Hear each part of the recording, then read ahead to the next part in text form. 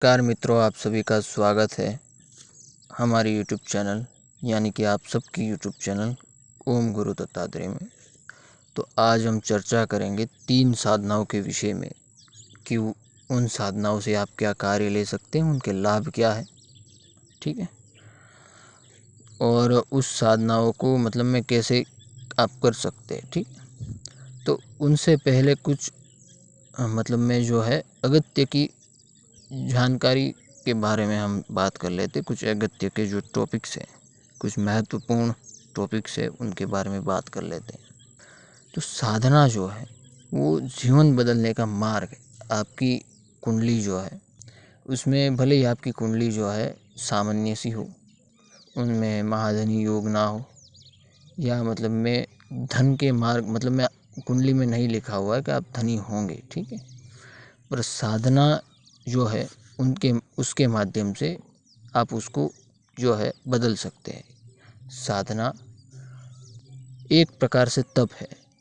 यदि उदाहरण के रूप में आपको समझना है तो आप इस प्रकार समझ सकते हैं कि तप को आप बैंक बैलेंस के रूप में समझिए, ठीक है। आपके पास जितना बैंक बैलेंस होगा आप उतना खर्चा कर सकेंगे। आप जैसे जैसे खर्च करेंगे वैसे वैसे आपका बैंक बैलेंस कम होगा, ठीक है। और वो बैंक बैलेंस कहाँ से आएगा? जब आप मेहनत करेंगे तब वो बैंक बैलेंस आएगा। और बाद में आप जित मेहनत नहीं करेंगे और बैंक बैलेंस को खर्च करते रहेंगे तो बैंक बैलेंस कम हो जाएगा। और एक समय ऐसा आएगा जब आपके बैंक में एक भी रुपया नहीं बचेगा, तो बाद में आप कुछ खर्च नहीं कर पाएंगे, ठीक है। तो साधना ऐसा ही है। यदि आपकी कुंडली में कोई अच्छे ग्रह नहीं है और आप साधना करते हैं लक्ष्मी की, तो आपको तपोबल रूपी धन प्राप्त होता है।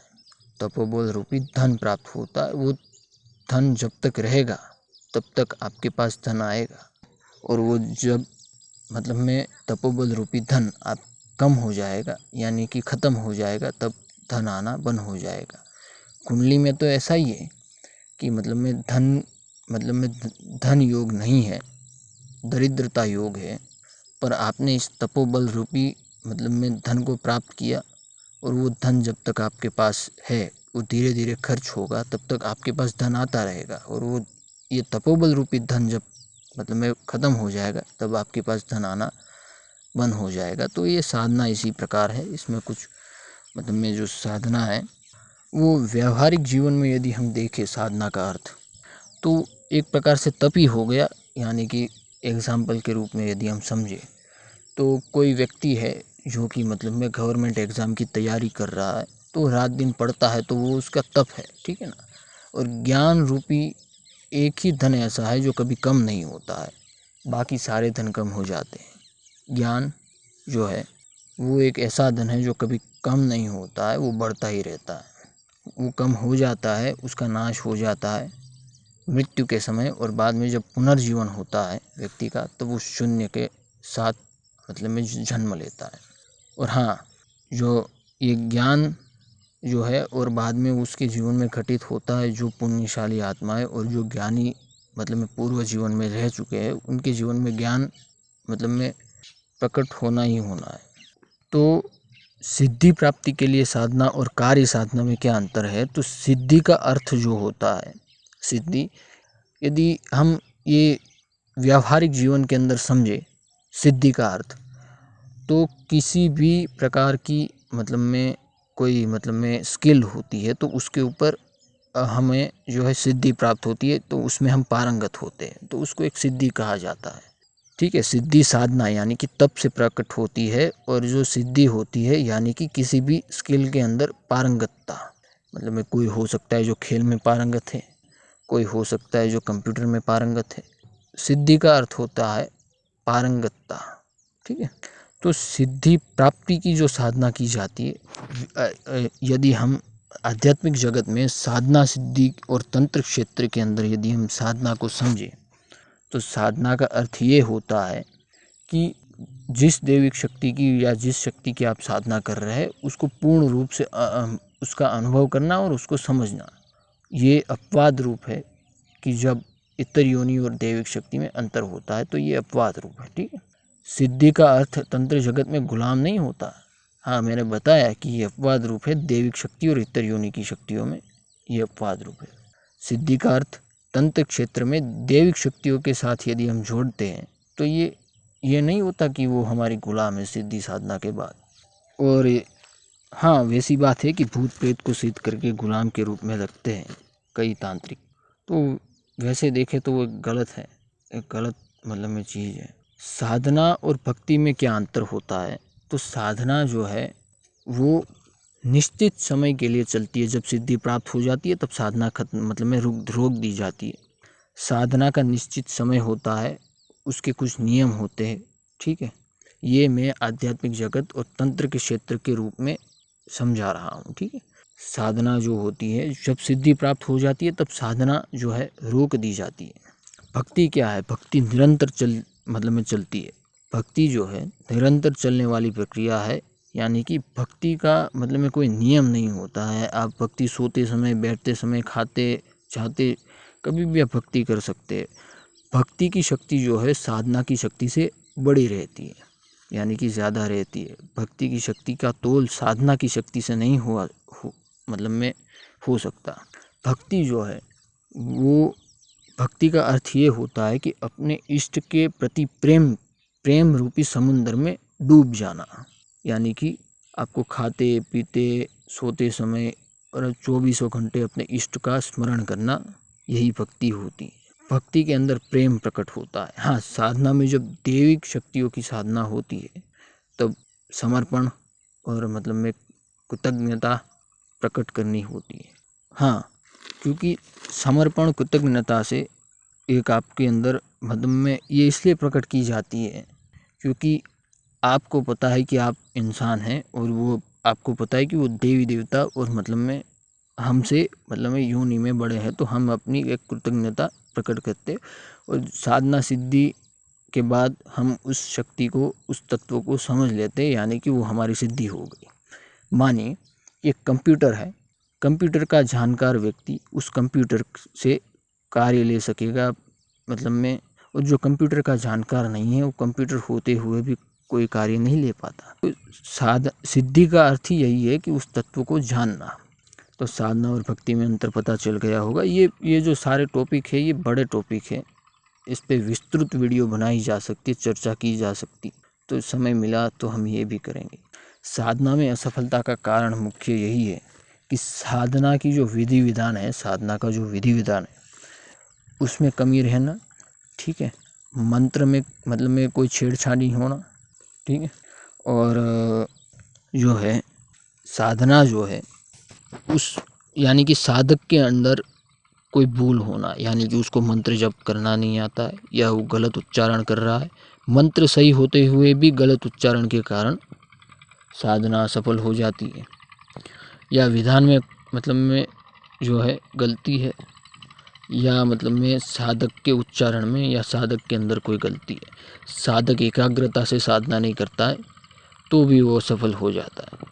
तो ये साधना सिद्धि में असफलता का कारण ही जो मतलब में 2-4 जो है मुख्य है जो मैं बता रहा हूँ। एक तो विधि विधान में मतलब में गलती होना, मंत्र में गलती होना, या साधक ठीक से उच्चारण नहीं कर रहा है या वो एकाग्र नहीं है। तो ये कुछ मुख्य कारण है साधना सिद्धि में असफलता का। दूषित साधना यानी कि जिसमें विधि विधान या मंत्र में कमी रह गई हो, यानी कि भूल हो, उस साधनाओं को करने से दुष्परिणाम प्राप्त होते हैं। जैसे कि लक्ष्मी साधना कर रहा है कोई, उसको विधि विधान नहीं पता है, बस यूट्यूब से ले ली है, फेसबुक से ले लिया है और वो साधना कर रहा है, तो कहीं ना कहीं वो जो है उसके मंत्र में गलती है, ऐसा सब है, तो कहीं ना कहीं वो भूल कर देगा, ब्रह्मचर्य खंडित कर देगा। तो ये साधनाएं उल्टी पड़ जाती है, ये साधनाएं उल्टी पड़ जाती है तो दरिद्र बनेगा, वो धनवान नहीं बनेगा। ऐसा है इसमें। अलग अलग कार्यों के लिए यानी कि निश्चित कार्यों के लिए निश्चित साधनाएं होती है। जैसे कि हाँ, ऐसी भी साधनाएं होती है जिससे सब कार्य किए जा सकते हैं। वैसे कि देखिए कि एक उदाहरण के रूप में हम यदि आपको बताएं, जो षटकर्म करना है तो एक साधना से भी षटकर्म हो सकते हैं, वैसी भी साधना होती है। और इनकी अलग अलग भी साधनाएं होती है, जैसे कि मोहन की अलग साधनाएं हो गई, ठीक है, मारण की अलग साधना हो गई, वैसे अलग अलग साधनाएं भी होती है। और ऐसी भी साधना होती है जो एक साधना करने से मतलब में जो है आप षटकर्म कर सकें। तो ये कुछ जानकारी थी जो मतलब में आप यदि साधना लाइन में है, आप साधक साधिका है, तो इन चीज़ों को आपको समझना चाहिए। ये जानकारी कैसी लगी आपको, ये मतलब में कमेंट्स में ज़रूर बताइएगा, ठीक है। अब आते हैं मेन टॉपिक के ऊपर। हम आज करने वाले थे 3 साधनाओं के ऊपर चर्चा। पहली जो साधना है रक्षा मंत्र की साधना। कोई भी साधक होता है, ठीक है ना, उसको कभी भी मतलब में शमशानी साधनाएं या मतलब में भराठी साबर बर्बर साबर की जो मतलब में जो तीक्ष्ण होते हैं उन साबरों की यदि साधना कर रहा है तो उसको नुकसान ना हो, इसलिए वो जो है रक्षा मंत्र सिद्ध होना सबसे पहली अनिवार्यता होती है किसी भी साधक की। गुरु मंत्र और रक्षा मंत्र ये किसी भी साधक की मुख्य अनिवार्यता होती है, अन्यथा वो मात खा जाएगा साधना लाइन में। तो रक्षा मंत्र साधना, तो इसके लाभ क्या होते हैं, हम आपको साधना करवाएंगे रक्षा मंत्र साधना। तो इसके लाभ क्या है, तो इसके लाभ ये है कि ये जो मतलब में मंत्र साधना है, रक्षा मंत्र साधना है, इससे एक लाभ मात्र, इससे रक्षा नहीं कर पाएंगे आप, इनसे और भी लाभ होंगे। जैसे कि आप जो है रक्षा मंत्र के द्वारा अपना शरीर का बंधन तो कर ही सकेंगे, आप तावीज़ बना पाएंगे, आप घर को किलित कर सकेंगे, आप अपने बिजनेस धंधा व्यापार दुकान जो भी है उनको बंधन मतलब में कोई तंत्र क्रिया करके उसको बंद ना करते, इसलिए आप उसको सुरक्षित कर सकेंगे। यानी कि जो आपका दुकान व्यापार है उनको आप मतलब में जो आपके दुश्मन हैं, आपसे जो मतलब में ईर्ष्या रखते हैं, उनसे आप बचा सकते हैं, उनके तंत्र प्रयोगों से बचा सकते हैं। तो ये रक्षा मंत्र का एक फ़ायदा हो गया। इसके अलावा आपके धन के मार्ग खुलेंगे, ठीक है। आपको मतलब में आपके अंदर ज्ञान प्रकट होगा। तो ये रक्षा मंत्र के कुछ फायदे हैं, ऐसा रक्षा मंत्र है ये। दूसरी जो साधना है वो साधना है हनुमान जंजीरा साधना। हनुमान जंजीरा साधना यूट्यूब पे आपको मंत्र तो मिल ही जाएगा हनुमान जंजीरा का, पर वो जो है उसकी प्रॉपर साधना, उसका विधि विधान के साथ साधना उपलब्ध हाँ है भी, पर कुछ विधान बदल जाए तो साधना की तीक्ष्णता मतलब में जो बढ़ाई जा सकती है और उसकी ऊर्जा को बढ़ाया जा सकता है। तो हनुमान जंजीरे का लाभ और कार्य क्या है, तो हनुमान जंजीरे के माध्यम से आप भूत प्रेत चुड़ैल जिन जिन्नात यानी कि ऐसी शक्तियों को बांध सकेंगे। आपके घर के अंदर नेगेटिविटी है, ठीक है, आप किसी व्यक्ति के ऊपर नेगेटिविटी है, या आप किसी और व्यक्ति की नेगेटिविटी या भूत प्रेत चुड़ैल जिन जिन्नात जो भी है उसके ऊपर, उसको आप हटा के बांध सकेंगे, उसके ऊपर कवच लगा सकेंगे। तो ये हनुमान जंजीरे का फ़ायदा है। और जो तीसरी साधना रहेगी वो साधना है हनुमान जी की त्रिकाल दर्शन साधना। हनुमान जी की त्रिकाल दर्शन साधना, इस साधना के लाभ क्या हैं और इसके कार्य क्या हैं। तो इस साधना का लाभ ये है कि आप किसी भी व्यक्ति के बारे में भूत भविष्य वर्तमान जान सकते हैं। ये 2 प्रकार से, इसके 2 सेंसर है इस साधना के। आप दृष्टि के माध्यम से मतलब में जैसे पर्दे में चलता है वैसे देख भी पाएंगे, और आपके अंदर आवाज़ भी आएगी। ये आवाज़ किस प्रकार की होती है, ये आवाज़ वैसी नहीं होती है कि जैसे मतलब में कान में कोई बोल रहा है, वैसे मन के अंदर एक आवाज़ सी आती है, यानी कि जो अपने मन से उत्पन्न ना हो वैसी आवाज़ एक आपके अंदर आती है, प्रकट होती है, जिस आवाज़ को मतलब में ये जो है हनुमान जी की साधना के माध्यम से प्राप्त किया जा सकता है। और आपको दृश्य भी दिखेंगे, यानी कि आप जिसके भी बारे में पूछेंगे उसका जवाब आपको प्राप्त होगा। ये हनुमान जी की त्रिकाल दर्शन साधना है, यही इसका सबसे बड़ा लाभ और इसका फ़ायदा है।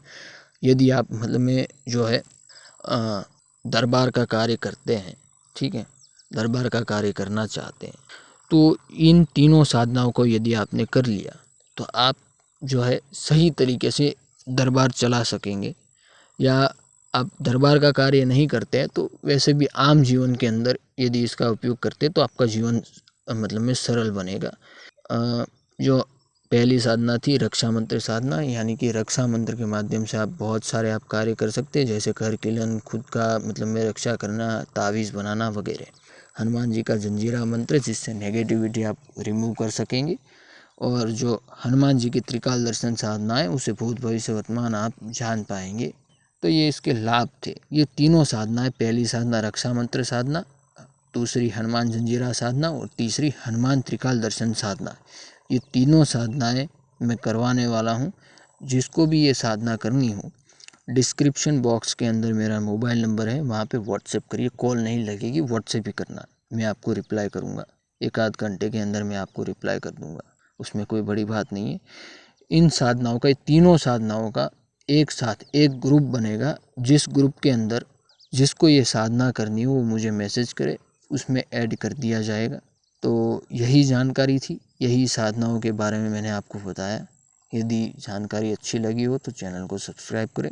जिनको ये साधना करनी हो, डिस्क्रिप्शन बॉक्स में मेरा नंबर है, वहाँ पे कांटेक्ट कर सके, व्हाट्सएप करिए आप।